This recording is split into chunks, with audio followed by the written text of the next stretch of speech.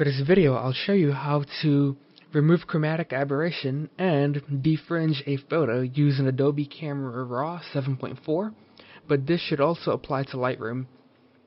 I'll start off by going to the lens correction option and also zoom in so you can see the chromatic aberration. And as you can see, there's significant chromatic aberration and fringing. It's in pretty much any area that has a reflection or is shiny, especially the solder joints.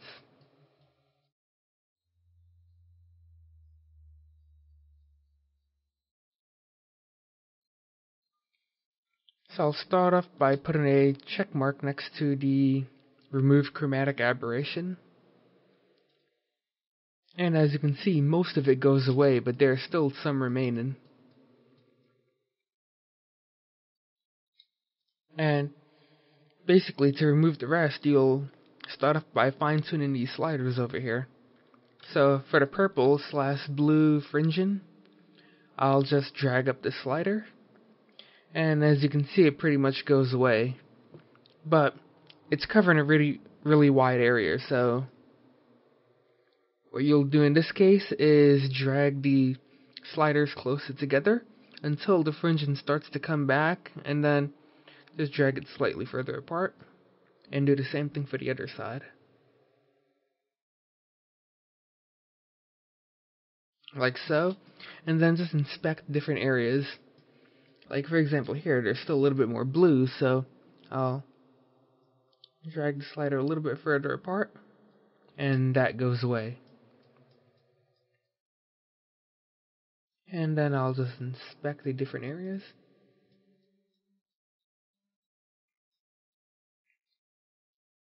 And as you can see, that's pretty much gone, but we still have some green fringing in certain areas. This is the time when it gets a little bit more tricky, since we're also working with a green PCB. So if I were to just drag the slider up, you'll see that it'll affect the green circuit board and not really affect these green fringes over here. So to handle that, we'll still leave this up, and then we'll drag the slider down until it starts to take away the green fringing. Okay, it takes it away at about that point. So now I'll just drag the other slider closer, and we'll slowly get our green color back in. And I'll just drag it close until I start to see the fringe poking through. Then I'll just drag it, and I'll just back it up slightly at that point. Like so.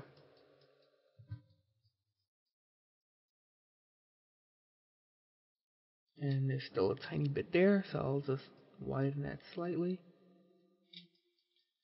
And we've pretty much removed the chromatic aberration and fringing from this photo.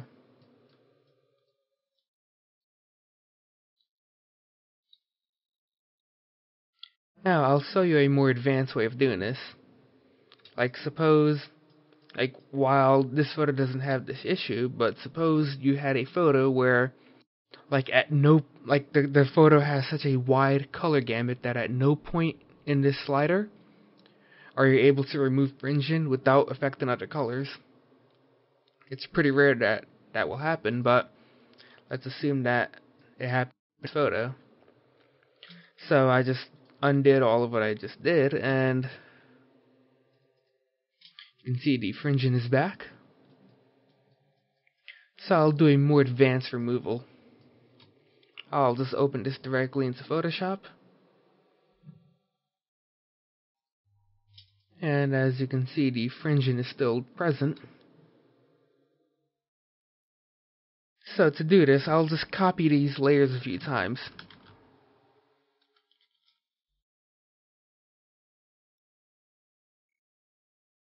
And now, I'll zoom in onto one of the fringes that I want to remove, and I'll hit Control and U. Command U on a Mac. And now I'll just select any color from this drop-down menu.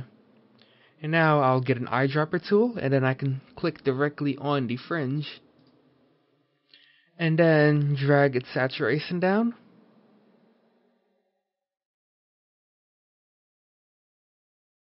to an acceptable level. And adjust the brightness a little bit.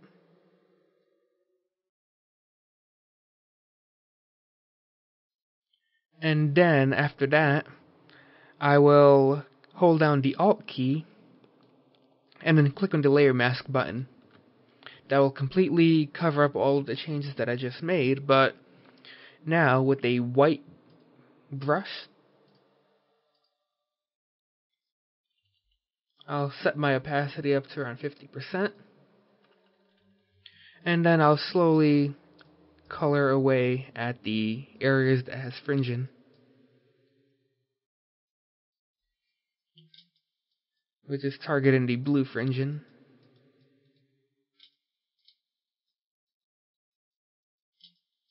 like so. I'll just do it to a small portion of the image, but you pretty much get the idea. It's time consuming and a little bit tedious, but for some images you'll have no choice but to do this if the standard chromatic aberration tool doesn't remove it. So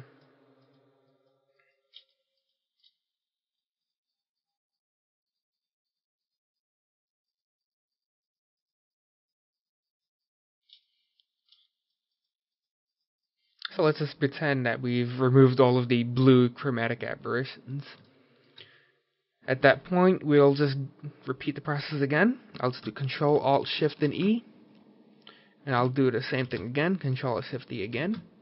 And then I'll press Control U, select a random color, and now select the green fringing. And I'll drag that slider down, and it'll just remove those colors.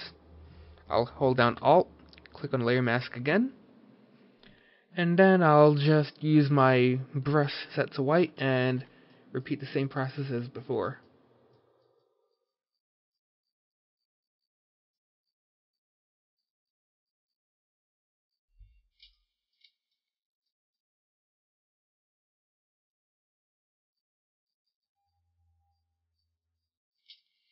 Like so.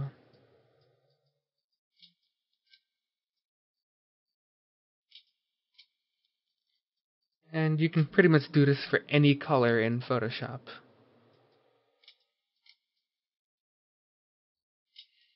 Obviously, if you're doing this to an important photo, you would be more careful, but you should also get the idea for this process. Long, boring, and tedious, but sometimes you have no choice.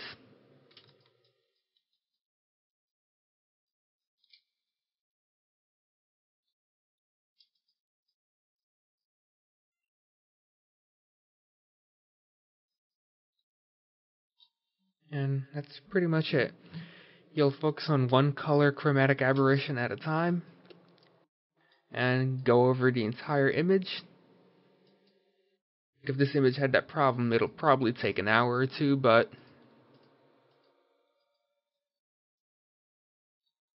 that's how it is.